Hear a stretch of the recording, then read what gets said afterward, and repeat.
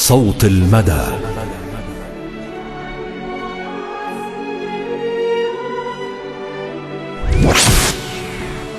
إلى أمي أي كلام أهديك، من له قلب كبير يحمل كل الحب مثل قلبك، من له حضن حنون واسع مثل حضنك، من لديه لوحة باسمة الطلة مثل وجهك.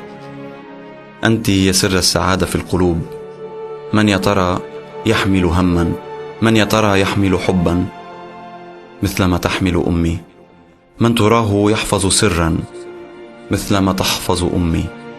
ماذا أهديك يا كل عمري ومنتهى عمري، ماذا أعطيك غير حب أكيد، ماذا أهديك غير بسمة وريحانة ونسمة ودعاء لك بالعمر المديد المديد.